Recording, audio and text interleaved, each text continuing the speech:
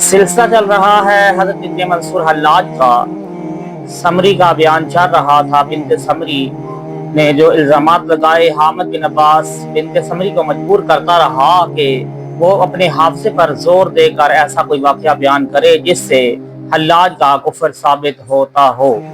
Bint summary कुछ देर तक सोचती रही, फिर उसने हजरत मंसूर हल्लाज के हवाले से माजी का एक और वाकया बयान करते हुए कहा, मैं एक दिन सुबह के वक्त छत से उतर रही थी। हल्लाज की लड़की मेरे साथ थी और हल्लाज मकान के सहन में मौजूद थे। फिर जब हम दोनों जीने में इस जगह पहुंचे जहां से हल्लाज हमें नजर आ रहे थे और वो हमें देख रहे थे, तो उनकी लड़की ने मुझसे कहा, उनके आगे सजदा करो। मैंने चूक कर हल्लाज की लड़की से कहा, क्या अल्लाह के सिवा भी किसी को सजदा किया जा सकता है?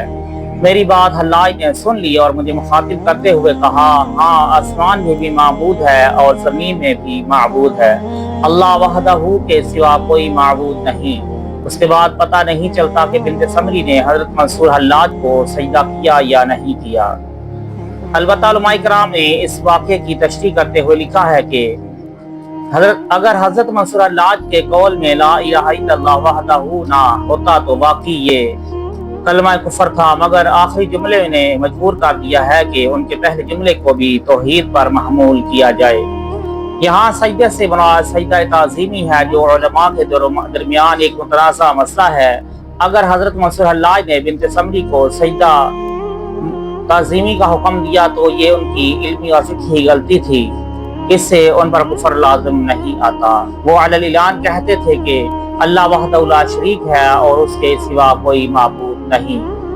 बिन्त समरी के बारे में भी उलमाए तहक़ीक़ की मुतफ़िक़ा राय है कि वो एक मजहूल और औरत थी। उसके हालात अक्सर मक़बूल हैं, इसलिए उसके फ़िक़ा और गैर फ़िक़ा होने का इल्म नहीं। मज़ीद ये कि बिन्त समरी इस रवायत में तन्हा है और एक औरत के बयान से कोई हुज्जत कायम नहीं हो सकती। इस्लामी कानून शहादत के मुताबिक किसी मामले में दो औरतों की गवाही काबिल कबूल होती है। इसी दौरान बिन्त समरी ने हामिद बिन अब्बास को हजरत मंसूर हल्लाज की रूहानियत से मुतल्लिक़ कई अहम वाक़यात सुनाए, जिन्हें उनकी शब्दबाजी और जादूगरी से ताबीर किया गया। एक दिन हल्लाज ने मुझे अपने कमरे में बुलाया। वो उस वक्त एक बोरिये पर बैठे हुए थे और कमरे में चारों तरफ बोरियों का फर्श बिछा हुआ था। आपने मुझे किस लिए याद किया? मैंने हल्लाज से कहा। बैठ जाओ, हल्लाज ने कहा। फिर जब मैं बैठ गई तो मुझसे पूछा, क्या तुम्हें दौलत की जरूरत है? बैठ जाओ, हल्लाज ने कहा। मैंने हैरत से हल्लाज की तरफ देखा। वो शकिस्ता हाली की जिंदगी बसर कर रहे थे और उस वक्त भी उनके जिस्म पर एक पुरानी गडरी थी।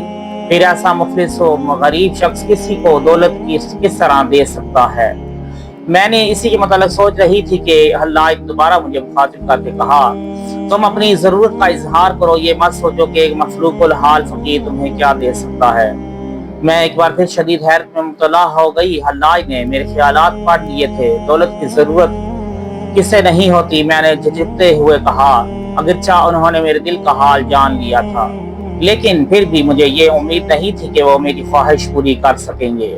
तो फिर जाओ और बोरियां उठाकर जितनी दौलत चाहो ले जाओ। हल्लाज ने इस कदर पुर यकीन लहजे में कहा जैसे पूरा कमरा दौलत से भरा हुआ है। मैं हिचकिचाती हुई कमरे के एक गोशे में गई और बोरियां उल्ट दिया। फिर मेरी हैरत की इंतहा न रही। दिनार उस तरह जमीन पर बिछे हुए थे जैसे सारा फर्श दिनारों से तैयार किया गया हो। मैंने घबरा कर दूसरे बोरिये को उल्टा, वहां भी दिनार बिछे हुए थे। फिर दिनारों की चमक से मेरी आंखें चूकाचूंध हो गई। जब बिन्त समरी ने यह वाक़या बयान किया तो हामिद बिन अब्बास वहाँ मौजूद तमाम उलमा ने बैक ज़बान हज़रत मंसूर हल्लाज की इस करामत को साहिरी करार दे दिया। चूँकि इस्लाम में जादू हराम है, इसलिए हज़रत मंसूर हल्लाज के रूहानी कमालात को पहले जादूगरी का नाम दिया जाता था और बाद में इसी हवाले से उन पर कुफर का इल्ज़ाम आयद कर दिया जाता था। औलिया किराम की नज़दीक दौलत का दरिया बहा देना एक अदना करामत है, अगरचे वो खुद फाके से होते हैं, लेकिन हक़ ताला उन्हें बेशुमार खजानों पर कब्जा इख्तियार अता कर देता है। हजरत बाबा फरीदुद्दीन मसऊद गन शकर इरादतन जिस पत्थर पर थूक दिया करते थे वो सोना बन जाता था। हजरत निजामुद्दीन औलिया की खानका के आगे सोने का दरिया बहता था। ये मंजर उन अमीरजादों ने कई बार देखा। جو حضرت محبوب الہی کو مفلسی اور غربت کا طعنہ دیا کرتے تھے۔ حضرت سیدی مولا کے بارے میں تو مشہور ہے کہ ان کے مسلے کے نیچے سیم و زر کا سمندر موجود تھا۔ وہ بظاہر کوئی کام نہیں کرتے تھے مگر ان کا روزانہ کا خرچہ لاکھوں روپے تھا۔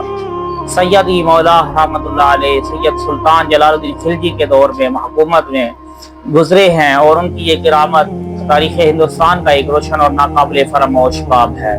اس دور کے علماء سیدی مولا کو بھی شعبدہ باز اور جادوگر کہتے تھے۔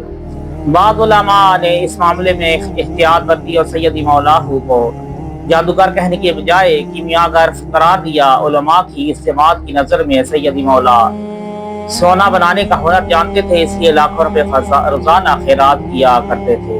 حضرت منصور حلاج کا بھی یہی معاملہ تھا۔ اکثر علماء بغداد کی نظر میں یہ جانباز صوفی جادوگر کے سوا کچھ بھی نہیں تھے۔